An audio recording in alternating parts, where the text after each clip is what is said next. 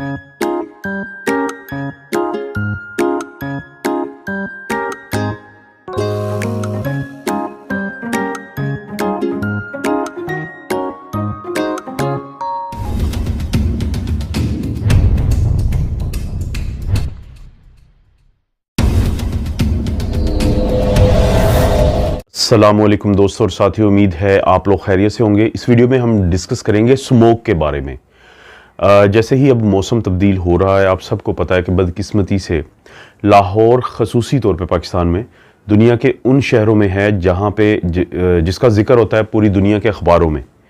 यानी अगर इंडिया की हम बात करते हैं कि वो दुनिया का सबसे ऐसा पोल्यूटेड यानी एक ऐसा शहर बन चुका है जहाँ पे स्मोक की वजह से सालाना तकरीबन 9,500 लोगों की डेथ होती है। इसी तरह से लाहौर का भी जिक्र अब दुनिया के मुख्तलिफ जो अखबारात होते हैं और दुनिया के मीडिया में आता है कि ये भी अब वो शहर बन गया है कि जहाँ पे हर साल सर्दियों में स्मोग आती है। तो हमें अब ये जानना है कि ये स्मोग क्या है, ये किस हद तक ख़तरनाक है, क्या ये जानलेवा है, क्या बड़ों और बच्चों के लिए इसमें कोई ख़तरा है, क्या ये ख़वातीन के लिए ख़तरनाक है। तो ये बहुत ज़रूरी है जानना, और मेरी कोशिश होगी कि मैं इसको सादा तरीके से आपको ऐसे ही समझाऊं जैसे कि डेंगू आने से पहले मेरी कोशिश थी कि लोगों को रियलाइज़ हो जाए कि डेंगू के बारे में कुछ बुनियादी बातें इसलिए मालूम होनी चाहिए कि कोई भी बीमारी जब वो आती है तो उसके बारे में अगर आपको किसी हद तक नॉलेज है तो आपको फ़ायदा हो सकता है। स्मोक जो है वो दो लफ्ज़ों का कॉम्बिनेशन है। एक होता है स्मोक यानी धुआं, और एक होती है फॉग यानी धुंध। इन दोनों को हम इकट्ठा करें तो ये बनता है स्मोग। इंसान जो है वो 3 फेजेस से ख़ास तौर पे गुजरा है जब से हम चीज़ों को डॉक्यूमेंट करते हैं, हम लिखते हैं। एक जब वो शिकारी था, फिर वो ज़राअत में आया, और तीसरा फिर इंडस्ट्रियलाइजेशन में आया। अगरचे अब एक और चौथी एक स्टेज है जिसमें हम दाखिल हो चुके हैं, साइंस की जो एक्सट्रीम है। लेकिन जो इंडस्ट्रियलाइजेशन का तोहफ़ा हमें मिला है वो मिला है स्मोक की शक्ल में, क्योंकि जो ये सनतें लगती हैं और फिर गाड़ियाँ आ गई हैं, तो इन तमाम चीज़ों से निकलता है धुआं।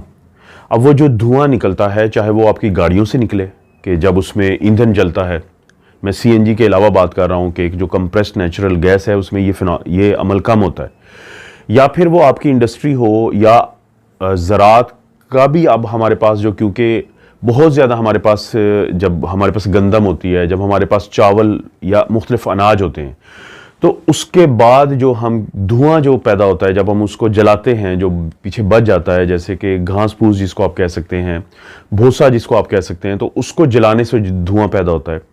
और इसी तरह से जब सर्दियों में हम अपने घरों में बहुत ज़्यादा आग जलाते हैं अगर, तो इन तमाम के नतीजे में कुछ अज्जा पैदा होते हैं, जैसे सल्फ़र डाइऑक्साइड है, कार्बन मोनोऑक्साइड है, नाइट्रिक ऑक्साइड है, और नाइट्रोजन डाइऑक्साइड है, हाइड्रोकार्बन्स हैं, और इसी तरह से ऑर्गेनिक कुछ वोलेटाइल कंपाउंड्स उनको हम कहते हैं। तो ये जो तमाम अज्जा हैं ये फिर हमारी आबो हवा में शामिल हो जाते हैं। अब सर्दियों में ख़ास काम होता है।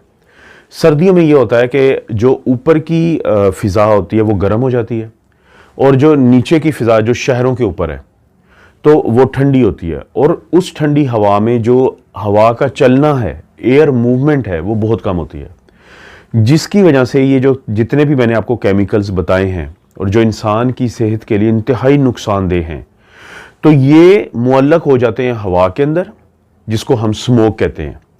कि फॉग बनी हुई होती है, क्योंकि जो ठंडा दर्जा हरारत वाला माहौल होता है जो शहरों या शहरों के बिल्कुल ऊपर मौजूद है, तो वहाँ पे ये सब कुछ आ गया, और जो ऊपर का दर्जा हरारत है जो गर्म होता है, तो वो इसकी ऊपर इसको नहीं जाने देता, तो इसको शहरों में मुअल्लक रखता है।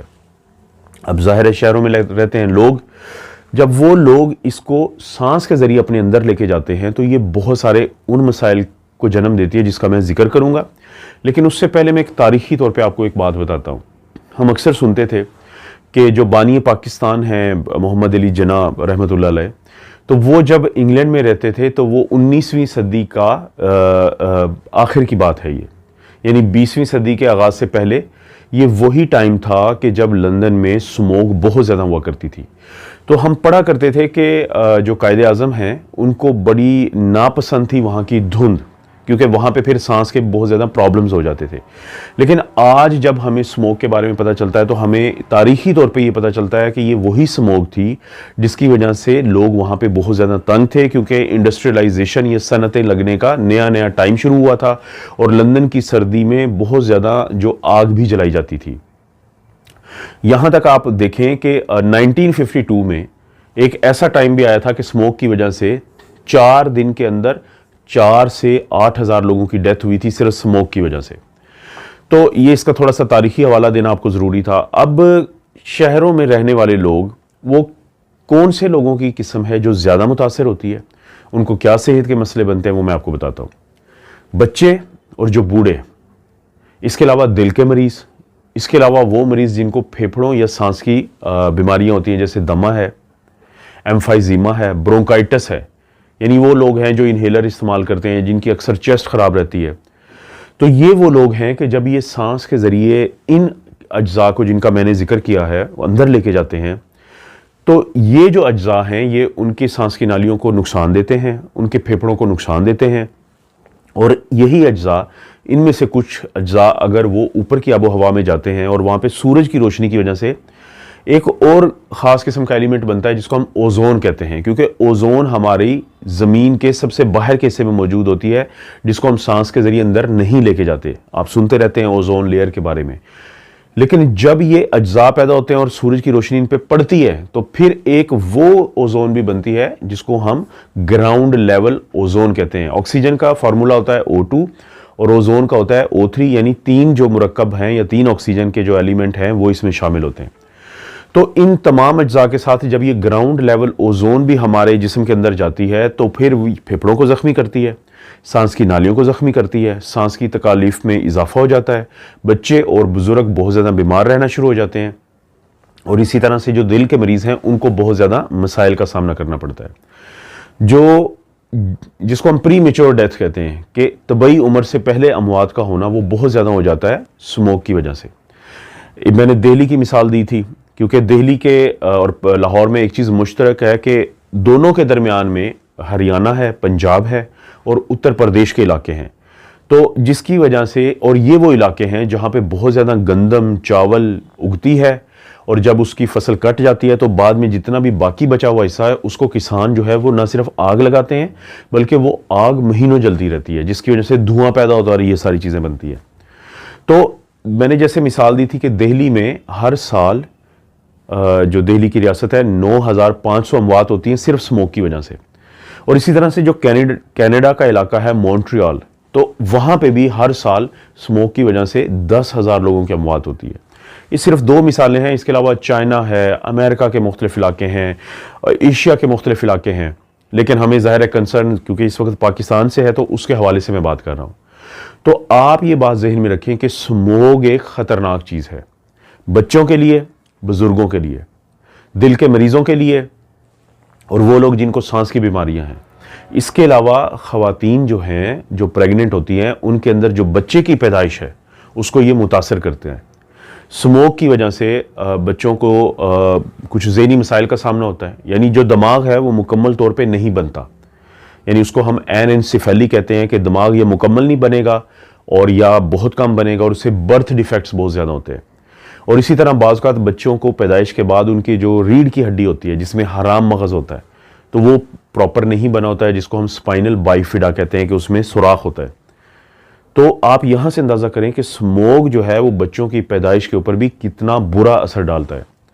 इसी तरह से बहुत सारे जो बुज़ुर्ग हैं उनके अंदर एक बीमारी होती है जिसको हम अल्जाइमर डिजीज़ कहते हैं, जो आखिरी उम्र में जाके अक्सर लोगों को होती है। लेकिन स्मोक की वजह से इसके अंदर कुछ मैग्नेटिक ऐसे एलिमेंट होते हैं, यानी मकनातीसी, कि वो पाए गए हैं इंसानों के दिमाग में कि जब स्मोक की वजह से ये आपके जिस्म में जाते हैं और फिर वो आपके दिमाग में भी जाते हैं। दोस्तों, आप लोगों ने एक बात ज़हन में रखनी है, चाहे वो किसी वायरस की वजह से इन्फेक्शन हो, बैक्टीरिया की वजह से हो या स्मोक की वजह से प्रॉब्लम हो, जब भी हमारे जिस्म के अंदर बाहर के वो एलिमेंट्स जो हमारे जिस्म का हिस्सा नहीं होते, या वो वायरस और बैक्टीरिया जो हमारे जिस्म का हिस्सा नहीं होते, वो दाखिल होते हैं, तो हमारे जिस्म का जो इम्यून सिस्टम है, जो मदाफ़ती निज़ाम है, वो उनको रोकने की कोशिश करता है और उस रोकने के दौरान जो ये पूरी लड़ाई होती है इन दोनों के दरमियान, उसको हम बीमारी का नाम दे देते हैं। चाहे तो वो हेपेटाइटिस बी हो, सी हो, टीबी हो, एड्स हो, इन्फ्लुएंजा हो, कोरोना हो, या स्मोक में पाए जाने वाले ये एलिमेंट्स हो जिनका मैंने नाम लिया है। जब भी ये बाहर की चीज़ें हमारे जिस्म में अंदर जाएंगी तो हमारा इम्यून सिस्टम इनके खिलाफ अपना एक रिएक्शन देगा, उसके नतीजे में हमारी तबीयत ख़राब होगी, जिसको हम बीमारियां कहते हैं। तो क्योंकि स्मोक में पाई जाने वाली चीज़ें हमारे जिस्म में ज़्यादा अरसा रहती हैं, जितना ज़्यादा अरसा वो रहेंगी उतना ज़्यादा हमें बीमार करेंगी, और उतना ज़्यादा टाइम के लिए हमें बीमार करेंगी, और जितनी ज़्यादा टाइम के लिए हमें बीमार करेंगी उतनी हमारी हालात जो हैं वो ख़राब होंगे। तो इसलिए दोस्तों ये बहुत ज़रूरी है समझना कि स्मोक और धुंध में ज़मीन आसमान का फ़र्क है, कि जो स्मोक है वो आपकी सेहत के लिए इंतहाई ख़तरनाक है। करना क्या है फिर अगर किसी को स्मोक के बारे में पता चल गया है, और उन जैसे लाहौर या बड़े शहरों में जो लोग रहते हैं और स्मोक वहाँ पे बहुत ज़्यादा है, होता यह है कि हुकूमत की तरफ से हर साल हर दिन बताया जाता है कि स्मोक जो है इस वक्त कितनी ज़्यादा है हमारे मुआशरे में। एक तरीका होता है कि 8 घंटे की हम ओजोन की जो तादाद है वो बताती है हुकूमत स्मोक के दिनों में हर रोज़। अगर तो वो तादाद 85 से लेकर 104 तक हो तो ये इसको हम अनहेल्दी या गैर सेहतमंद कहते हैं उन लोगों के लिए जो हसास हैं। कौन से वो हसास हैं? बच्चे, बूढ़े, दिल के मरीज़, सांस की नालियों के मरीज़ और फेफड़ों के मरीज़। 85 से नीचे इसको हम कहते हैं PPBV यानी पार्टिकल्स पर बिलियन बाय वॉल्यूम। ये यानी एक उसकी इकाई है या एक उसका यूनिट है। तो 85 से नीचे, अगर 85 से नीचे है तो सेहत को कोई नुकसान नहीं देती। 85 और 104 के दरमियान है तो वो लोग जो हसास करार पाते हैं तो उनके लिए नुकसानदेह है। 105 से लेकर 124 PPBV जो इसका टोटल अगर कॉन्सेंट्रेशन है तो फिर आम लोगों के लिए भी ख़तरनाक है। और अगर ये 125 से लेकर 204 के दरमियान हो तो फिर ये सब लोगों के लिए, या 404 के दरमियान हो तो ये सब लोगों के लिए इंतहाई फिर ख़तरनाक है, इंतहाई ख़तरनाक है। तो आपने स्मोक के दिनों में ध्यान रखना है कि कितना ज़्यादा ये जो ओजोन की कॉन्सेंट्रेशन बताई जा रही है कि आप जो सांस ले रहे हैं जिस आबो हवा में उसमें कितनी ज़्यादा है। तो इस तरह से पता चलता है। तो इससे बचना कैसे है? वो लोग जो हसास कैटेगरी में आते हैं यानी सेंसिटिव कैटेगरी में आते हैं तो कोशिश करें कि वो बगैर किसी ज़रूरी काम के स्मोक के दिनों में घर से बाहर ना निकलें। ये बहुत ज़रूरी है जानना आपके लिए। दुनिया में शहर के शहर बंद हो जाते हैं। चाइना के बड़े बड़े शहर जो हैं उनकी सड़कें ब्लॉक कर दी जाती हैं, उनकी मार्केट्स बंद कर दी जाती हैं ताकि स्मोक की वजह से लोगों को होने वाले जानी नुकसान से बचाया जाए। ये इतनी ख़तरनाक चीज़ है। लेकिन अगर आपकी मजबूरी है घर से बाहर निकलना तो मास्क के बगैर स्मोक के दिनों में आपने नहीं निकलना। ये आपके लिए इंतहाई ज़रूरी है क्योंकि मास्क आपको बचाते हैं स्मोक के इन अज्जा से। तो दोस्तों इसलिए बहुत ज़रूरी है आप लोगों के लिए स्मोक के बारे में जानें। अगर आपको लगता है कि ये वीडियो किसी को कुछ भी बता सकती है स्मोक के बारे में तो इस वीडियो को ज़रूर शेयर करें अपने दोस्तों से, और कोशिश करें स्मोक के बारे में अपने इल्म को इसी तरह फैलाएं। अभी देखें डेंगू की वजह से बहुत नुकसान हुआ है, आपकी दफ़ा पाकिस्तान में बहुत ज़्यादा नुकसान हुआ है, चाहे हमें इस बात का पता हो या ना पता हो। लेकिन अगर यही नॉलेज डेंगू के बारे में हमें उस स्टेज पे मालूम होता जब लार्वे की स्टेज थी तो शायद इतना नुकसान ना हो पाता। अभी जो बीमारियां चाहे वो कोरोना हो, अभी इन्फ्लुएंजा का सीज़न चल रहा है, आप लोगों को पता है। हमने क्या सीखा इन्फ्लुएंजा के सीज़न से कि आपको अपने बुज़ुर्गों को अक्टूबर के मिड तक हर सूरत इन्फ्लुएंजा की वैक्सीन लगवा लेनी चाहिए, क्योंकि नवंबर के पहले हफ्ते में, दूसरे हफ्ते में आपको हर तरफ लोग छींके मारते नजर आएंगे, बुखार नजर आएगा, हर तरफ लोगों को ये। तो जितना ज़्यादा आप लोगों को इन बीमारियों के बारे में इल्म होगा उतना ज़्यादा आप लोग ज़्यादा महफूज रहेंगे उन तमाम हदायत को पे अमल करते हुए जो इन वीडियोस में मेरी कोशिश होती है कि आप लोगों से शेयर करूं, या मेरे दूसरे जो डॉक्टर दोस्त हैं वो भी अब कोशिश करते हैं इन पे वीडियोस बनाने की। तो किसी की भी वीडियो अगर आपको लगता है कि ऐसी है कि लोगों को उसका फ़ायदा हो सकता है तो दूसरों से शेयर कर दीजिए करें, क्योंकि ये एक सदका जारिया भी है।